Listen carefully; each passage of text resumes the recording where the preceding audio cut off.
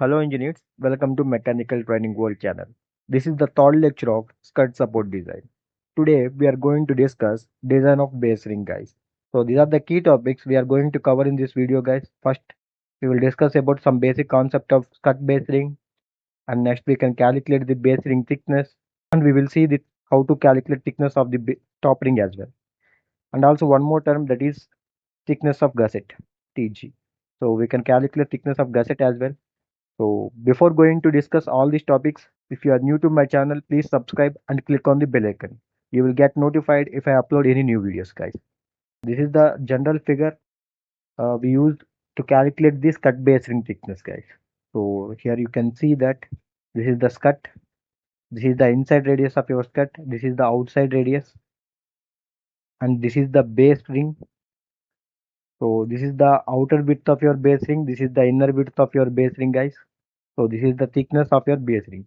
So our final agenda is to calculate the thickness of the base ring, guys. So before going to calculate, I want to ask you one question. So what are the loads acting on this base ring, guys?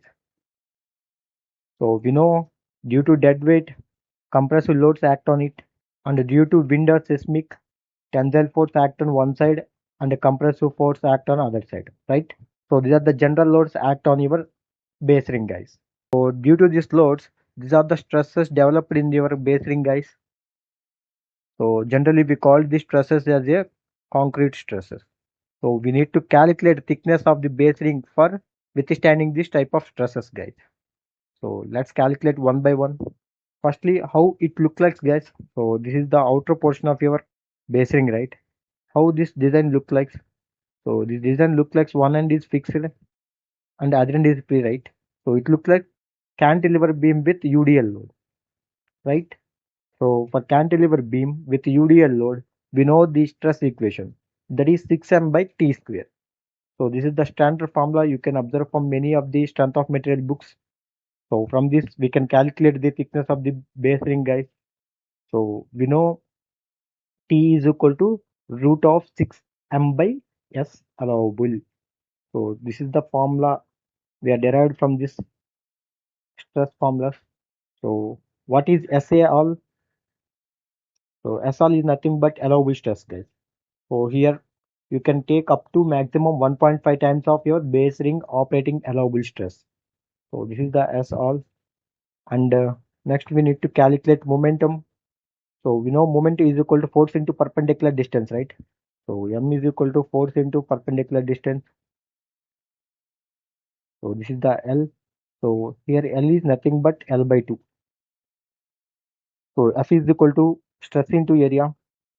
Maybe here I can write F is equal to stress into area, right? To area. So here area of your base ring is equal to B into L, width and length of your base ring.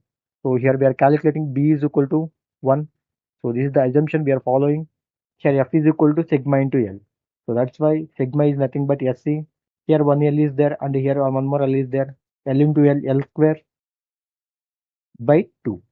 So this is the formula how came from this general topics.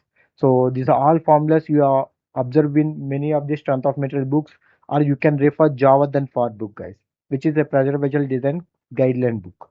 So after getting all these parameters, you can calculate the thickness of your base ring easily, right? So but here your concern is how to calculate these concrete stresses. So this is the only term we didn't know, right? So let's try to calculate that as well. This is the formula given in Java then for, guys, P plus W by A plus M by Z. This is the formula used to calculate concrete stresses.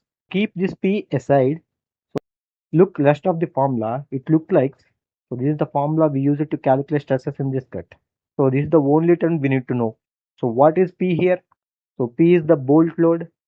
So bolt load is equal to SA into AB, where SA is the allowable bolt stress, guys, and AB is the total area of your bolts.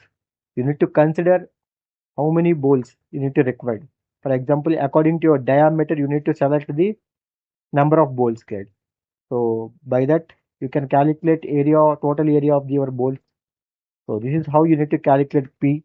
So if you know P, you can directly substitute in this S3 value. You will get stress in the concrete. So next, what is W? Full weight of the tank. A is the contact area of base ring to concrete, guys, and M is the moment due to seismic on wind, and Z is the section modulus. So you know all parameters here. Now you can easily calculate stress in the concrete. If you know stress in the concrete, you will apply this parameter in the thickness formula. So by this, you easily calculate the thickness of the base ring, guys.